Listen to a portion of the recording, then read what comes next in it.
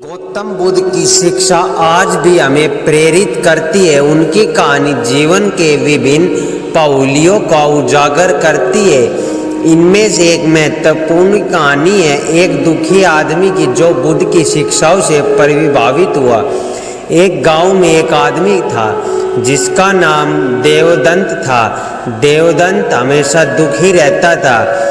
उसे अपनी जिंदगी में कुछ भी अच्छा नहीं लगता था। उसके पास एक अच्छी पत्नी, बच्चे और खेती की भूमि थी।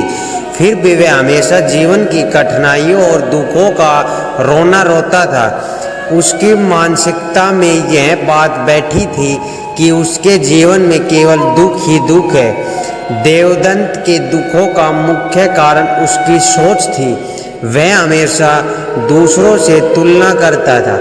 जब भी वह अपने पड़ोसियों को देखता जो खुश थे या जिनके पास अधिक संपत्ति थी, वह और अधिक निराश हो जाता था। उसने सोचा कि अगर उसके पास भी वैसी संपत्ति होती तो वह बहुत खुश होता। एक दिन देवदंत ने सोचा कि वह बुद्ध से मिलने जाएगा। उसने सुना था कि बुद्ध अपने अनुयायियों को सच्चाई और सुख के मार्ग का ज्ञान देता है। उसने सोचा कि शायद बुद्ध उसकी समस्याओं का हल निकाल सके। जब देवदंत बुद्ध के पास पहुंचे तो उसने अपनी दुखों का वर्णन दिया।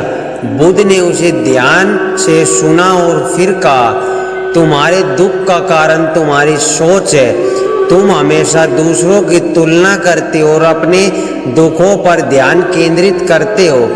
तुम्हें अपनी दृष्टिकोण को बदलने की आवश्यकता है। देवदंत ने बुद्ध की बातों को गंभीरता से लिया, लेकिन उसके मन में सवाल था कि क्या वास्तव में उसके दुख का हल संभव है।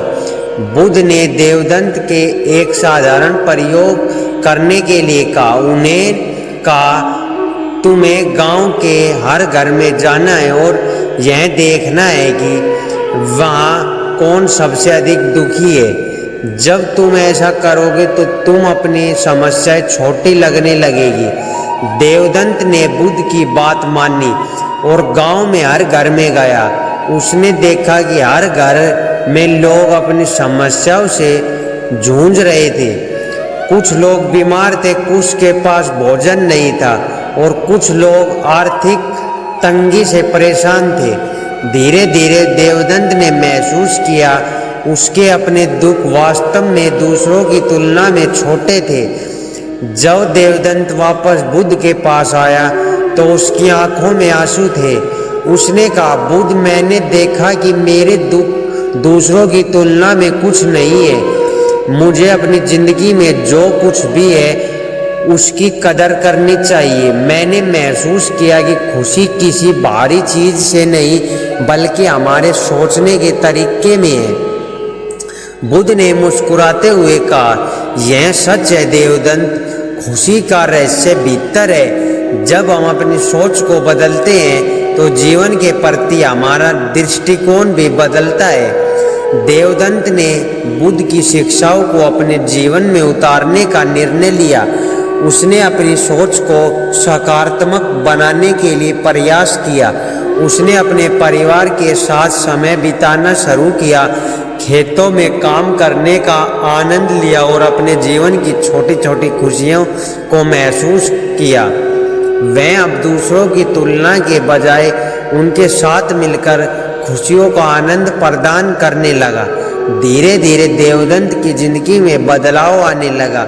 उसने देखा कि उसके आसपास की दुनिया खूबसूरत थी और उसके दुख धीरे धीरे खत्म होने लगे। इस कहानी से हमें यह सीखने को मिलता है कि दुख का मुख्य कारण हमारी सोच होती है। यदि हम अपने दृष्टिकोण को बदले तो हम जीवन की वास्तविक खुशियों को पहचान सकते हैं। गौतम बुद्ध की शिक्षाएं हमें यह प्रेरणा देती है कि सुख और दुख हमारे मन की स्थिति पर निर्भर करते हैं। दुखी देवदंत ने जब अपने मन के जंजाल को तोड़ा तब उसके जीवन की सच्चाई खुशियां मिली। इस प्रकार बुद्ध की कहानी हमें यह सिखाती है कि हमारे जीवन की सच्ची खुशी हमारे भीतर है और इसे पहचानने के लिए हमें अपनी सोच को बदलना होगा। ऐसी इंटरेस्टिंग कहानी सुनने के लिए श्री